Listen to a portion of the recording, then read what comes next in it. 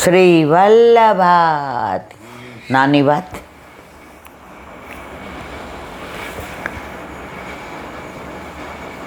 રાવણ સીતાનું હરણ કરી ગયો. હવે સીતાજીના છાયા જ ગયા હતા, કારણ કે સીતાજીનું હરણ કરવાનું શું રામનું સામર્થ્ય છે? ના. રાવણને કોઈએ પૂછ્યું તો આટલો બધો શક્તિશાળી, આટલો બધો જ્ઞાની, 9 ગ્રહને રાવણે એના પલંગારે બાંધ્યા હતા.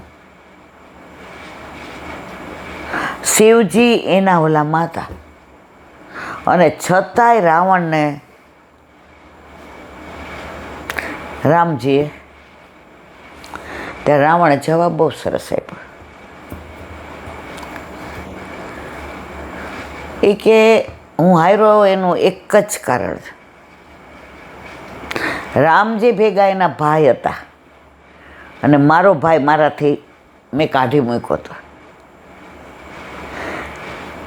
એટલે જ્યારે આવું થાય ને, ભાઈ વિનાના એકલા લડો ને, દુનિયા હોય, સત્તા હોય, કોર્ટ હોય, તો તમે હારી જ જવાના. તમારી પાસે ગમે એટલું સામર્થ્ય હોય.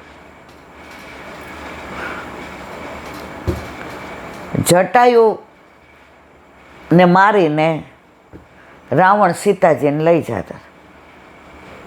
હમણાં આપણે નવરાત્રિમાં કરખાના પદ ગાતા હતા.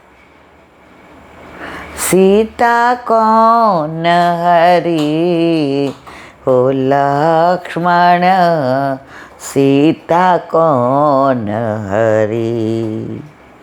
જો પે સીતા होत मढ़ी में, जो पे सीता होत मढ़ी पे, जाकत बार खरी हो लक्ष्मण, सीता कौन हरी.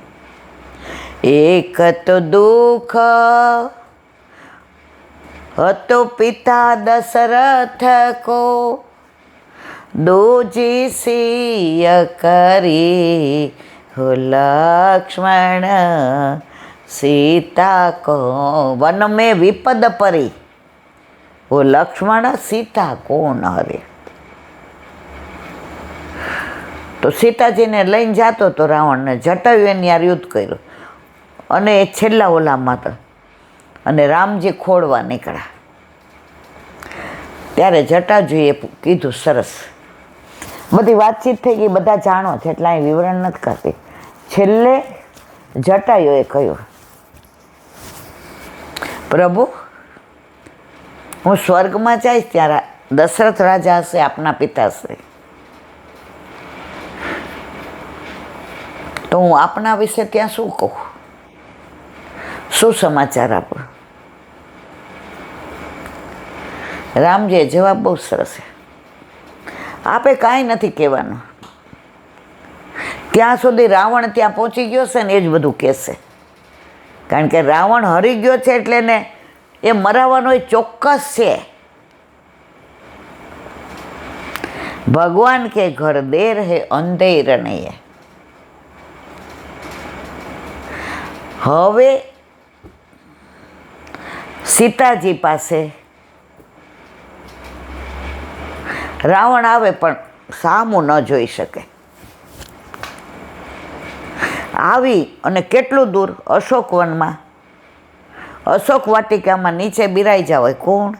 સીતામૈયા. એમનો તાપ ન સહન કરી શકે. આવે અને દર્શન કર્યા ન કર્યા ને પાછો વયો જાય. હવે મંદોદરી જેવી જેની પત્ની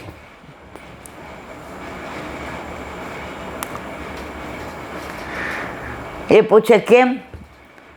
એ કે કાંઈ સમજણ નથી પડતી, શું કરું? ત્યારે મંદોદરીએ જ કીધું, એક કામ કરો, તમે રામનું સ્વરૂપ ધારણ કરીને જાઓ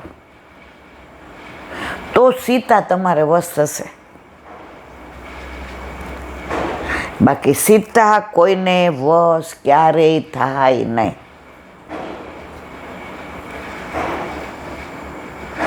રાવણે જવાબ આપ્યો એ બધાય સાંભળવા જેવો છે. મંદોદરી કે કેમ? એ કે સાંભળ, હું માયાવી છું તોય જાણે જ ને હું જાણું. હું ધારું ને આજે સીતાજીને હરવા માટે રાવણ બનીને નહોતો હરી લાવ્યો, સાધુ સંન્યાસી બનીને ગયો તો. કારણ કે મારી પાસે એવી માયાવી વિદ્યા છે, માયાવી શક્તિ છે કે હું ધારું એવું રૂપ અને કોઈ મારા ઉપર ક્યારેય શંકા કરી શકે નહીં. તો તે કીધું એ પહેલાં જ મેં રામનું સ્વરૂપ ધારણ કરીને ઊંઘ્યો. મંદોદરી કે હે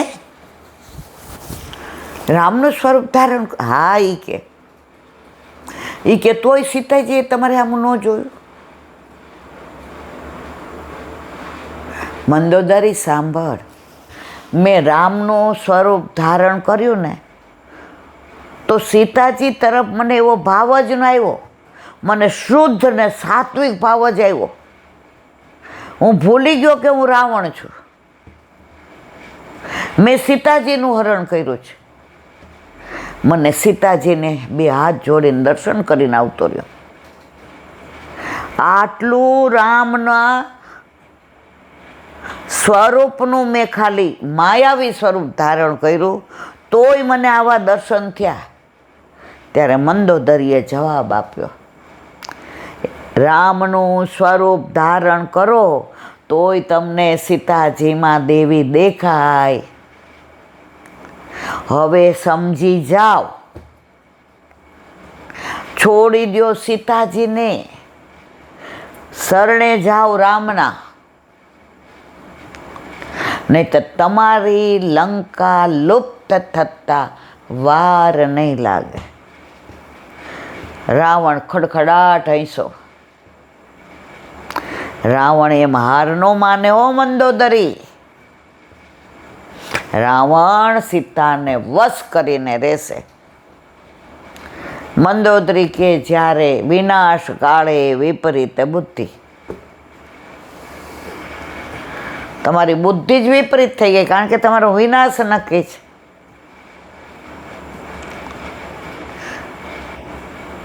અરે સાઉથની રામાયણમાં તો એવો પ્રસંગ આવે છે કે રામચંદ્રજીએ રામેશ્વરમાં વિધિ વિધાન માટે યજ્ઞ ને પૂજા, કે હવે મારે લડવા જવાનું છે. તો હવે એ કે કોને બોલાવવા કરવા યજ્ઞ? આમાં તો શાસ્ત્રનો જાણકાર જોઈએ, મંત્રનો જાણકાર જોઈએ, વિધિનો જાણકાર જોઈએ. પહેલાં છે ને બધું આવું શ્રેષ્ઠ હતું. અત્યારે લગ્ન થતા હોય કોણ શ્લોક સાંભળે જ? ઉલટાને 500 હાથમાં દે મહારાજને, મહારાજ જલ્દી કરો. મહારાજ કે આપણે ગગડમ, ચલો પતી ગયું, વાત પૂરી થઈ. પછી એટલા જ જલ્દી છૂટાછેડા થાય. આ સપ્તપદી, આ શ્લોકો, આ શાસ્ત્રના વિધિ વિધાન આ જ્યારથી લુપ્ત થયું છે ને ત્યારથી તમે જુઓ, જ્યાં હોય ત્યાં છૂટાછેડા, ઝઘડા, દીકરી પાછી એવી, વહુ જતી રહી. શાસ્ત્ર ખોટા ન હોય. તો રામજીએ પૂછ્યું કે આટલામાં આવો શ્રેષ્ઠ યજ્ઞ પૂજા વિધિ કોણ સરસ કરાવે? ત્યારે બધાએ કીધું રાવણથી શ્રેષ્ઠ કોઈ નહીં, એ એટલો મહાજ્ઞાની છે, એને જે આ વિધિ વિધાન આવડે, એના શ્લોક ને એના ઉચ્ચાર એના જેવું કોઈ નહીં. અને તમારે વિધિ કરવી હોય તો સીતાજી તો જોઈએ. જો મર્યાદામાં તમે યજ્ઞમાં બેસો તો પત્ની સહિત જ હોય, છેડાછેડી બાંધે ને બધું જે વિધિ વિધાન થતું હોય. રામજી કે હવે રાવણને આપણે થોડું કહેવાય, અને સીતાજી તો ત્યાં છે, મોકલા રાવણને ત્યાં.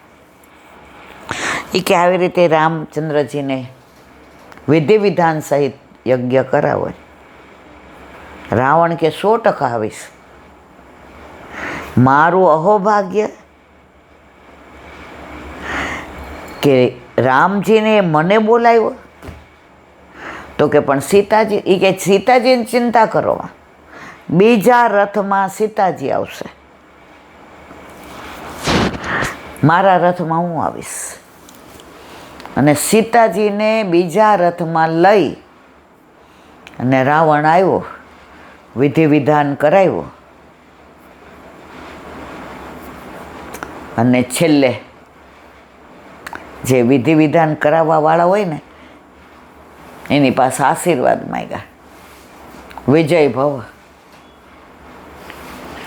પોતાના હાથે જ પોતે કહી દીધું, કારણ કે ત્યારે રાવણ નહોતો અને સીતાજીને રામે પાછા મોકલા. પહેલા આવી શુદ્ધ દુશ્મનાવટ હતી. પેલા યુદ્ધ થયું કુરુક્ષેત્રમાં, આખો દિવસ લડે, મારા મારીને કાપા કાપી. યુદ્ધ વિરામ થાય ને પછી બધા એકબીજાની છાવણીમાં જાય, મળવા જાય. રાતનું વાતાવરણ જો તમે ભૂલી જાઓ કે આ બધા કુરુક્ષેત્રવાળા છે. દરેકમાં એક નિયમ હોય, એને બધા અનુસરે. અત્યારે દરેક જગ્યાએ દગો. ઘી જુઓ તો ભેળસેળ, દૂધ જુઓ તો ભેળસેળ. પહેલાંના જમાનામાં ક્યાંય આવા ખાતર નાખતા હતા, યુરિયા ને ફોરિયા ને ઓલું બધું. અત્યારે ઘણા એમ કે મોઢું આવેલું જ રહે છે, કોઈ કારણ ખાઈએ છીએ એવું. આ જર્સી ગાય જોઈતી, સાંભળી હતી, દૂધ એવા ચોખ્ખા. આપણે પ્રેસ પાસે ઓલા દૂધવાળા હતા, બરાબર. એ કે શેઠ આવજો, તમે તમારે હાજરીમાં દોઈ દઈશ. એટલે આપણે મિલ્કન લઈને જઈને એવા દોવે, અને ઘરે આવીએ તો આપણને સારું દૂધ આવ પાણી જેવું મલાઈ ન થયું. એકદમ જ લાવો ને, મન જવા દો. ઓફિસથી છૂટીને સીધી ગઈ કાઇનેટિક લઈને, ખાટલામાં બેઠી. મેં તો સીધું મારા મિલ્કનમાં દોઈ દો. ત્યારે આપણે ઘર ઠાકોરજી નહોતા. અમારા છોકરાને ફીણ હોતું દૂધ બતાવો છે. મને કે અમારે વાસણ સિવાય ન, અમારી ગાય દોવા જ ન દે. લે, મેં કીધું ગાય તમારો હાથ વરસે, વાસણ વર્તે? મને કે તરત જ દઈ દો. એટલે એની વહુને એણે બોમ્બ પાડી. એ કે રે નામ ન દેવાય ને તો બધા ઓળખી જાય હમણાં. તો આવડું બોઘાણું લઈને આવ્યા અને 2 પગ આમ કરીને બેઠા. મેં તો દોડું બોઘાણું લઈ લીધું હાથમાં. મેં તો અર આની અંદર તો પાણી છે. પછી મને કે હે પાણી છે? પાછા આપણને ભોંઠા પાડે. એ કંઈ ખાલી કરતા ભૂલી ગઈ હશે. ઈલા બેન, મેં દૂધ રાખો મારને જોઈતું, કારણ કે ત્યારે આકાશ નાનો હતો ને ડૉક્ટરે કીધું હતું કે એને ગાયનું દૂધ મળે તો પાવાનું. આવા તો દગા, પણ અંત સમયે દગા કોઈના હગા થતા નથી અને થાય પણ નહીં. તો કેવું શુદ્ધ પેલું કે જેની હારે લડવાનું છે એ તમને વિધિ વિધાન કરાવવા આવે. ધારે તો રામ કહી દે કે લે હવે સીતા નથી તાર લઈ જવાની, પણ કેટલી બધી પેલી એટલે તો રામનો એમ કહેવાય કે રામ રાજ્ય. કળિયુગમાં અત્યારે કોઈ કહે છે કે આ રાજ્ય? તો આવું તો બધું ઘણું સમજીએ છીએ, પણ કળિયુગ ક્યારે ધીમે ધીમે આગળ વધે? જ્યારે આવું બધું થાય ત્યારે. હમણાં વચ્ચે ઓલું છાપામાં નહોતું આવ્યું, એ કે 6 ઇંચ જમીન માટે 2 ભાઈઓ બાઈ જા, ધાર્યા માર્યા એકબીજાને. આ બધો કળિયુગનો પ્રભાવ.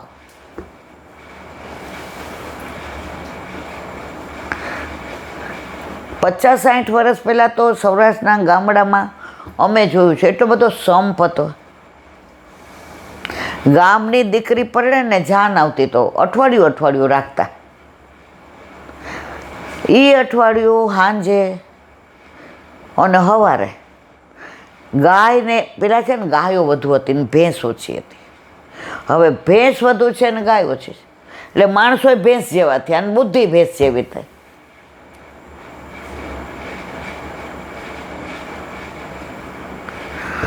તો સવારે ને સાંજે દૂધ દોવે, ઘર જેટલું રાખી ચા પાણી, અને બધું દૂધ પેલા જેના ઘરે જાન અઠવાડિયું રોકાણી હોય ત્યાં બધાય દઈ આવે. ઓલી દાંતણવાળી ગામમાં કહી દે કે હવે અઠવાડિયું છે ને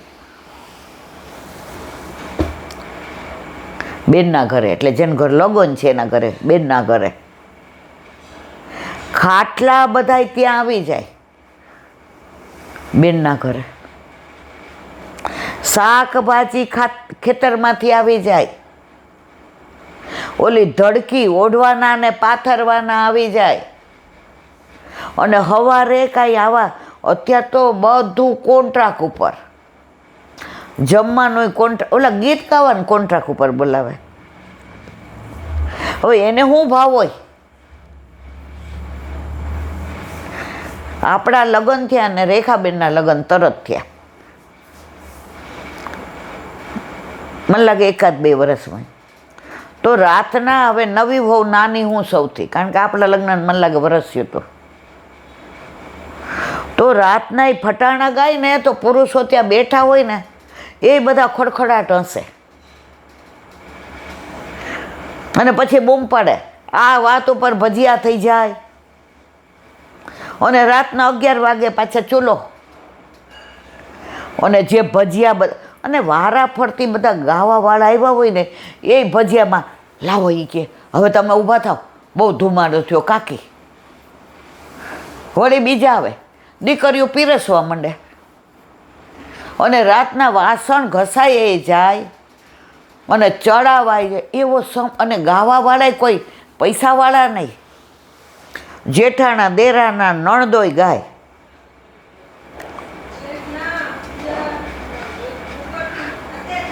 મને બરાબર જ, મારી હાઈટ ઓછી હતી ને એટલે બધા મને ઠીંગડી કહેતા.